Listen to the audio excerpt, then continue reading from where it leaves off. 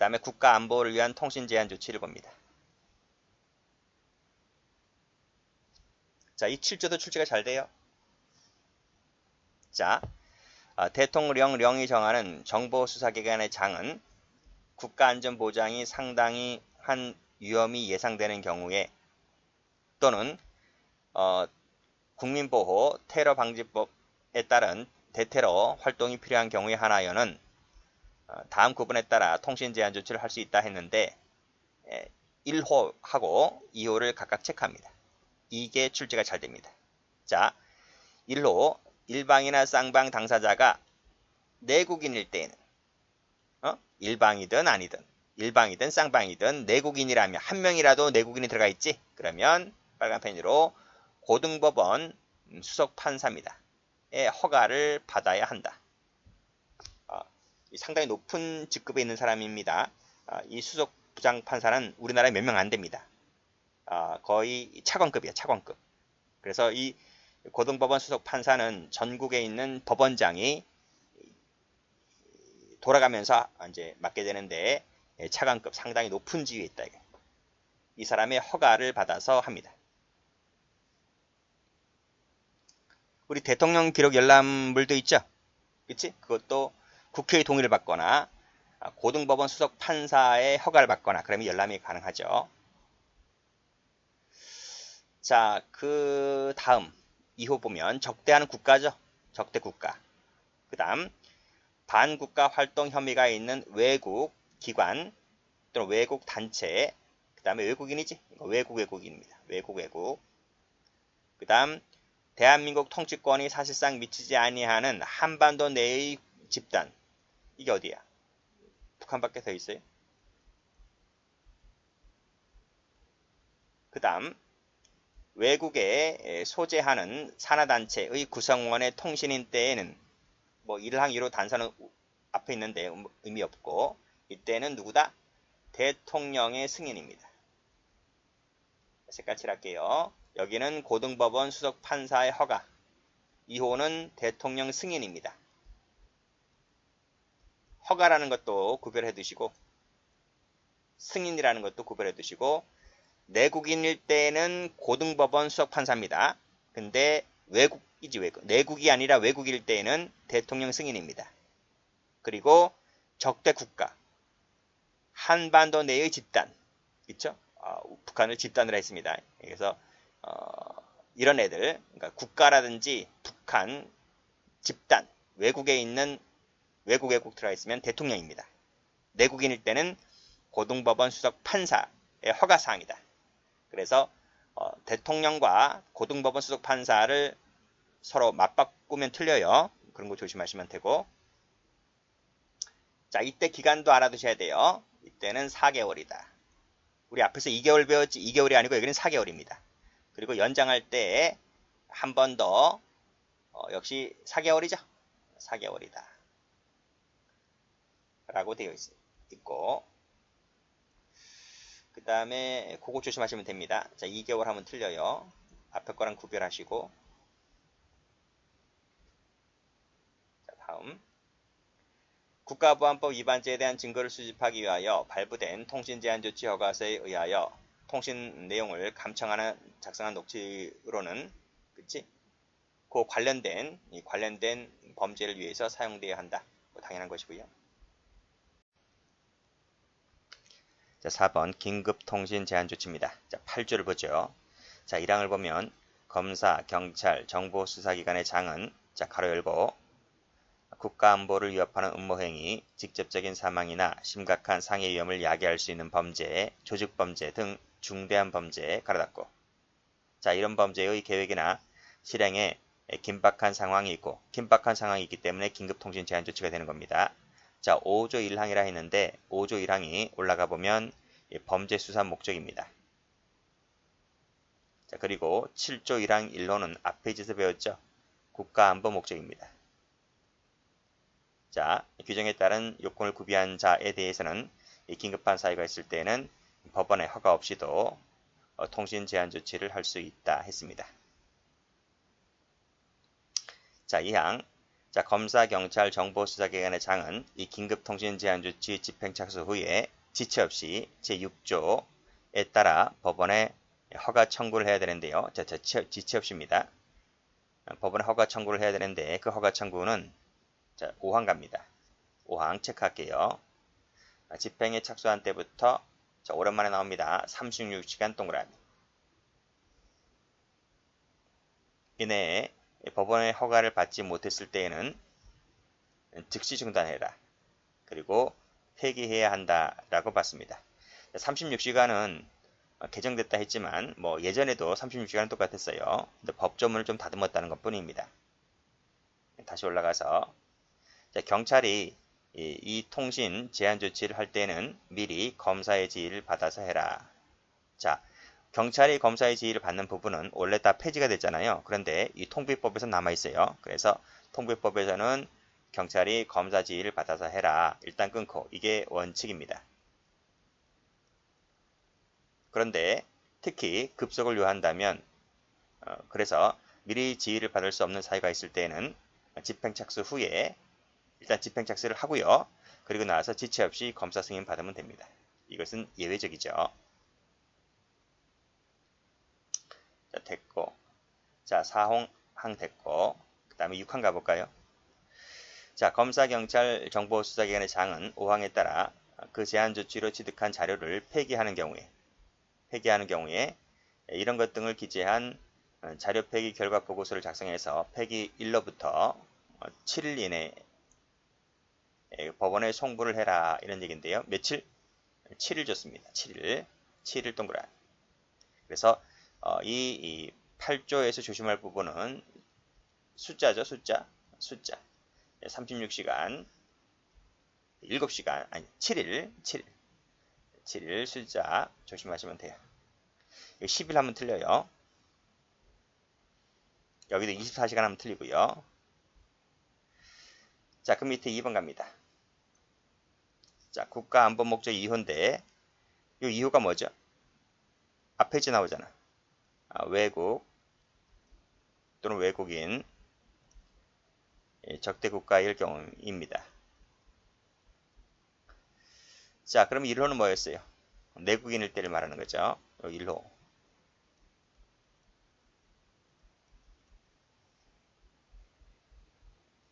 자, 8조 8항입니다. 정보수사기관의 장은 국가안보를 위협하는 음모, 자, 여기부터 가로 열고 여기까지 가로 닫고. 이건 똑같죠? 계획이나 실행 등 긴박한 사유가 있고, 자, 여기 나오잖아. 그렇죠? 여기 2호입니다.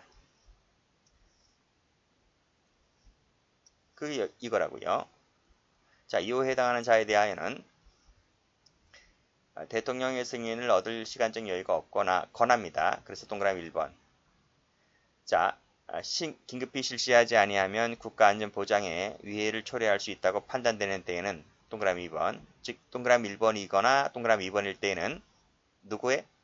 장관입니다. 장관의 승인을 얻어서 통신 제한 조치를 할 수가 있다. 원칙이 뭔데요? 원칙은 대통령이었잖아요.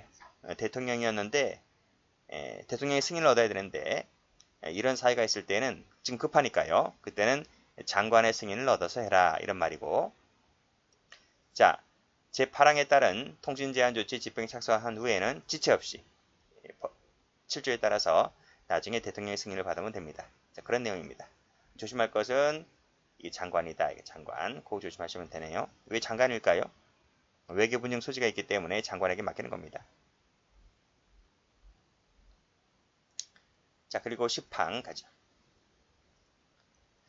자, 10항을 가면 똑같아요. 이 부분은 집행에 착수한 후부터 역시 36시간 내에 대통령의 승인을 얻지 못했을 때는 즉각 중지하고 폐기하면 됩니다. 시간이 36시간 똑같아요. 그래서 앞에 페이지가 보면 여기 36시간, 그 다음에 여기 36시간 됐어요? 됐습니다. 나머지 기타 규정 보시고요. 뭐 12조가 눈팅하시면 됩니다. 다음 밑에 판례도 뭐 그다지 중요한 건 아닌데 역시도 이유와 목적이 된 범죄나 관련성 있는 범죄에 한정된다. 뭐 당연한 것이고 사건 관련성이 있어야 된다는 얘기잖아요. 그 사건 관련성, 객관적 관련성 나와 있고 그 다음에 밑에 보시면 인적 관련성 나와 있습니다. 이것은 우리 저 압수수색할 때랑 거의 똑같아요. 내용이. 객관적 관련성은 구체적, 개별적 연관관계가 있을 것. 그리고 단순히 동종이라든지 유사범행이라는 사유만으로 관련성은 인정되지 않는다는 것. 우리 앞에서 압수수색 영장할 때 다 배웠습니다. 그리고 인적 관련성은 이것이 이제 임의적 공범이었죠. 필요적 공범 포함된다. 이런 말이고. 자, 됐습니다. 자, 다음 페이지 가보죠. 자, 12조 2입니다. 자, 12조 2는 지금 인터넷 훼손 얘기 나와 있잖아요. 이것은 이제 패킷 감청입니다. 경찰 승진하시는 분들은 뭐 경찰학 시간이라든지 실무종합에서 배울 텐데, 패킷 감청이 예전에 헌법 불합치 결정 받았잖아요. 그렇죠? 그래서 뭐 남용의 소지가 있고, 그래서 이제 헌재로부터 불합치 결정 받아서 개정된 법이야. 개정된 법. 그래서 이 통비법이 이제 개정이 되어서 일정한 이 통비법에 규정된 사항을 준수해서 진행하는 것은 허용된다. 그리고 그 준수 사항을 지금 적어놓은 겁니다. 자, 그 부분을 보도록 합니다. 자, 나오자마자 출제가 많이 되었던 조문이죠. 자, 검사 1항은 검사고 2항은 경찰이고, 자, 먼저 검사입니다. 자, 검사가 인터넷 회선을 통하여 송신, 수신하는 전기통신을 대상으로 할 때 사용, 보관할 때 집행 종료일로부터 빨간 펜으로 14일입니다. 숫자가 마구마구 달라져요. 어떤 때는 30일, 어떤 때는 7일, 여기는 또 14일 나와 있습니다. 자, 14일 내에 법원에 보관 등의 승인을 청구한다. 의무적이죠? 의무적.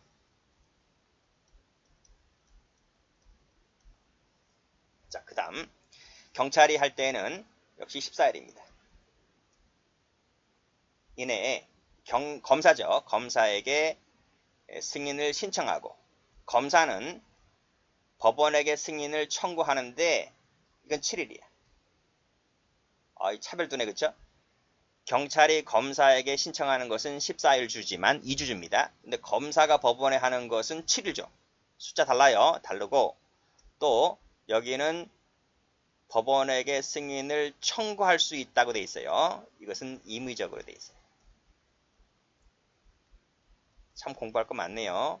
하여야 하느냐, 할 수 있다냐, 숫자 다르고요. 전 옛날 수험 공부 다시 하라면 전 못해요. 젊었을 때는 하지, 나이 먹으면 금방 잊어먹습니다. 그러니까 빨리. 승진하시는 분들 그러면 대단한 분들이네, 그죠? 50대 되시는 분들, 경감 승진, 경정 승진 하시는 분들 참 대단하다 생각합니다. 이런 거 다 어떻게 외워? 형소법이 제일 많은 것 같아요, 그쵸? 형소법 전체 다 이런 숫자가 얼마나 많이 나와요. 그리고 지금 통비법도 나오고, 통비법만 배웁니까? 저기 뒤에 가면 또 국찬법도 나오잖아요. 수천 개 같아요. 내가 볼 때는 외우는 것이 수천 개, 수천 개. 잘 기억을 해두시기 바랍니다. 특히 요 2항 같은 경우는 경찰 관련된 것이라서 특히 경찰 시험에 많이 나오죠. 1항보다는. 그래서 특히 검사나 경찰 같은 조문이 있을 때는 경찰 쪽이 더 많이 나와요. 경찰 시험에서는. 숫자 다르다. 14일, 7일. 할 수 있다냐, 하여야 하느냐 봐두시고. 그 다음에 쭉 내려와서 자, 5항 가볼게요. 5항 보시면 또 검사나 경찰은 그 신청을 하지 아니할 때는 역시 14일 내에 신청 안 하면 폐기해야 되는 거지. 14일 내에 폐기하고, 그 다음 법원에 승인 청구를 한 경우에는, 승인 청구했습니다.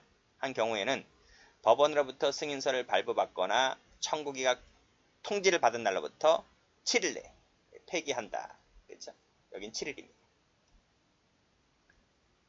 자, 다르다는 거 알아두셔야 돼요. 자, 다시 한번. 신청 안 하면, 청구나 신청 안 하면 14일 내에 폐기하고, 신청했다면,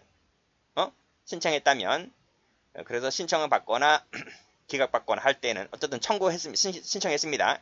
신청 안 하면 14일, 신청하면 7일입니다. 6항. 자, 취득한 전기통신을 폐기한 때에는 폐기한 이유와 뭐뭐뭐뭐뭐를 첨부하고 폐기일로부터 7일 내에 법원에 송부한다. 7일 네, 어디다가? 법원에. 요 법원 나왔다, 시험에. 법원에 시험 나왔습니다.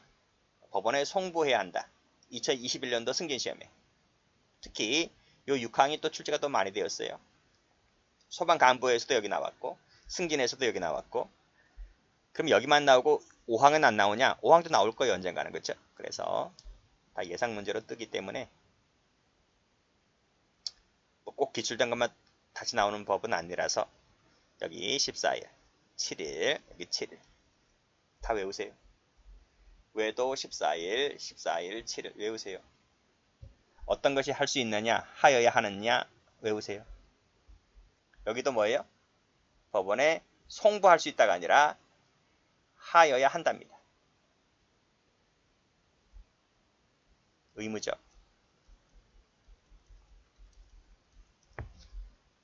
됐고, 다음 페이지 13조 갑니다.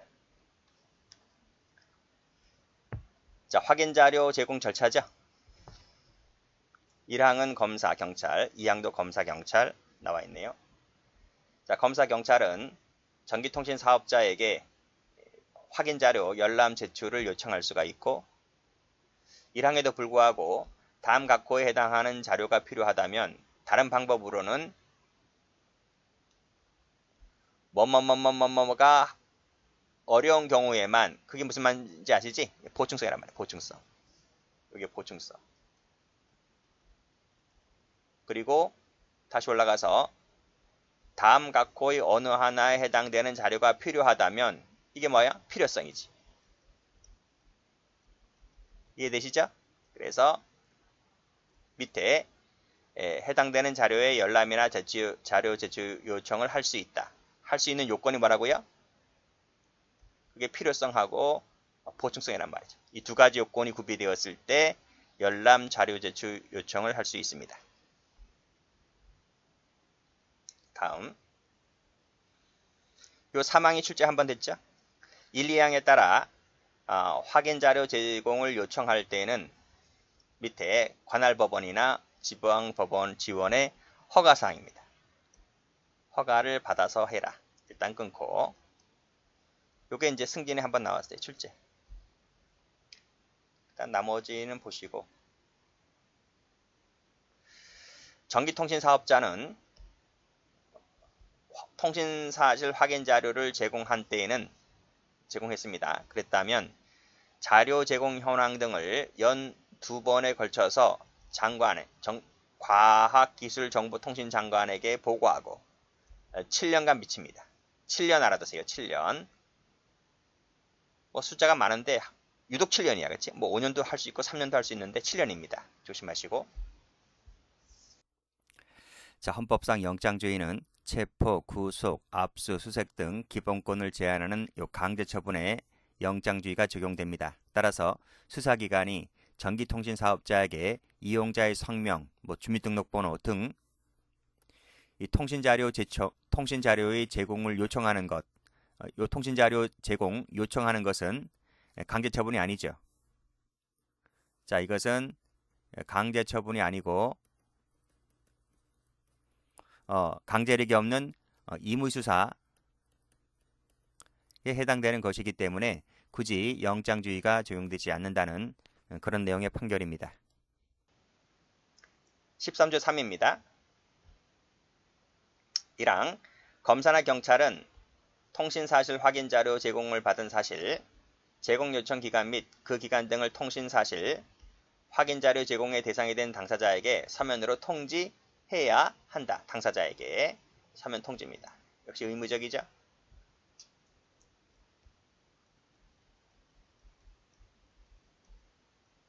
자, 공소를 제기하거나 또는 공소 제기나 검찰 송치를 안 합니다.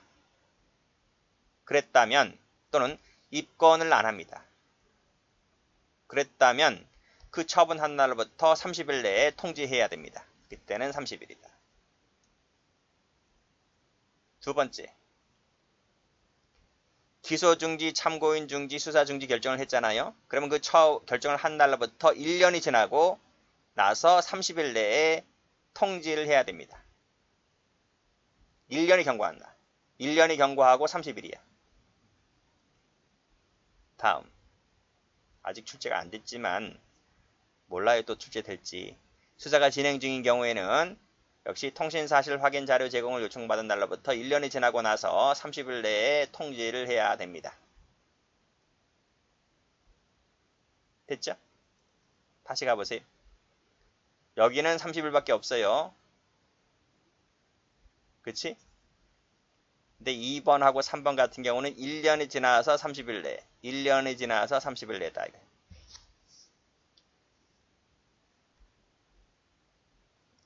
자, 됐고. 그 다음은 뭐 2항 같은 경우는 통지 이외에는 우리 앞에서 방 거랑 비슷하지? 앞에 건 2개였는데 여기는 더 있네? 4가지가 있네. 앞에 거는 안전보장, 생명, 안생은 통지 이외. 근데 여기는 3번, 4번이 추가됩니다. 그거 조심하셔야 돼. 이건 4개다, 4개. 2개가 아니고. 그쵸? 증거인멸, 도주, 증인위협, 그 다음에 명예사생활 침해 우려가 있다. 요 3번, 4번 조심하시라고요. 그래서 그 앞에 2가지 사항에서 통지 유예 사항에서 3, 4번을 끼워서 그쪽에서 문제 만들면 틀려요. 그거 조심하셔야 돼. 아직 안 나왔지만 예상 문제 잡자고요.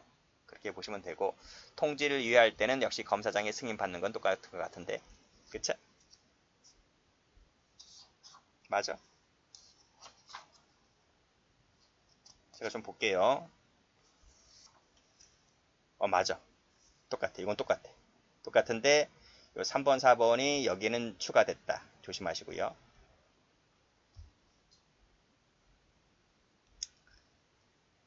자, 다음. 자, 해소됐을 때는 30일 내에 다시 통지를 해야 한다. 똑같지? 똑같아. 뭐 나머지 건 보시면 됩니다. 자, 통비법 제14조입니다. 자, 타인의 대화 비밀 침해 금지. 자, 1항 볼게요. 자, 누구든지 요 공개되지 아니한 대화를 녹음하거나 수단을 이용하여 청취할 수 없습니다. 자, 관련 판례인데 1번은 앞에서 했죠. 공개되지 않았다는 말의 의미는 반드시 비밀과 동일한 의미가 아니라고 했고요. 자, 판례 2번을 좀 알아두세요. 출제 가능성이 있습니다. 자, 사실관계 봅니다. 자, 피해 아동의 담임교사인 피고인이 그 아동에게 이런 얘기를 하는데요. 학교 안 다니다 온 애 같아. 저쪽에서 학교 다닌 거 맞아? 1, 2학년 다녔어. 뭐 이런 얘기를 쭉쭉 하는가 봅니다. 그래서 그 아동에게 이런 얘기를 여러 번 하다 보니 정서적 학대 행위를 하였다는 이유로 기소가 된 사건입니다. 그러니까 이 아동이 그 얘기를 그쵸? 그 얘기를 이제 부모님한테 얘기하는 거죠. 왜냐하면 이제 의기소침해 있다 보니까 엄마 아빠가 물어볼 것 아닙니까? 너 왜 그러니? 학교에서 무슨 일 있었냐? 이렇게 물어볼 것 아닙니까? 이제 이런 일이 발생한 것인데요. 그럼 뭐 증거가 필요하잖아. 이 교사를 처벌하기 위해서는 어떤 증거가 필요한 것인데 그래서 맨 밑에 가보면 이런 내용이 나옵니다. 자, 피해 아동의 부모가 가방에 녹음기를 넣어 수업 시간 중 교실에서 그 피고인이 한 발언을 몰래 녹음을 뜹니다. 그쵸? 이제 증거 채집하는 거죠. 자, 요 내용이 몰래 녹음 뜬 이 내용이 쭉 올라가 보면 자, 14조에서 뭐라고 했습니까? 공개되지 아니한 타인 간의 대화를 녹음 뜨거나 수단을 이용해서 청취할 수 없다고 했잖아요. 그치? 이 법 위반죄가 될 수 있느냐 이런 얘기죠. 자, 판례가 뭐라 하냐면 자, 이런 내용을 하고 있습니다. 자, 이 교사가 아동에게 한 이런 내용은 여기 보시면 일반 공중 불특정 다수인에게 한 게 아니라는 거죠. 그치? 뭐 길거리 나가서 마이크 들고 막 크게 소리친 게 아니라 교실 내 학생들에게만 공개된 것이다. 이런 내용입니다. 그래서 공개된 대화라고 볼 수가 없다는 겁니다. 그렇다면 14조 1항 위반이 됩니까? 안 됩니까? 공개되지 아니한 타인 간의 대화를 녹음했다고 볼 수가 있겠죠. 그치? 공개된 내용이 아니라 공개되지 아니한 내용이잖아요. 그치? 그렇기 때문에 이것은 14조 위반이 된다. 이런 말입니다. 자, 그래서 요 마지막 줄 요것만 나올 겁니다. 시험에. 요 사실관계를 던져주고 뭐 그대로 내진 않겠지만 이제 줄여가지고 추격해서 내겠죠.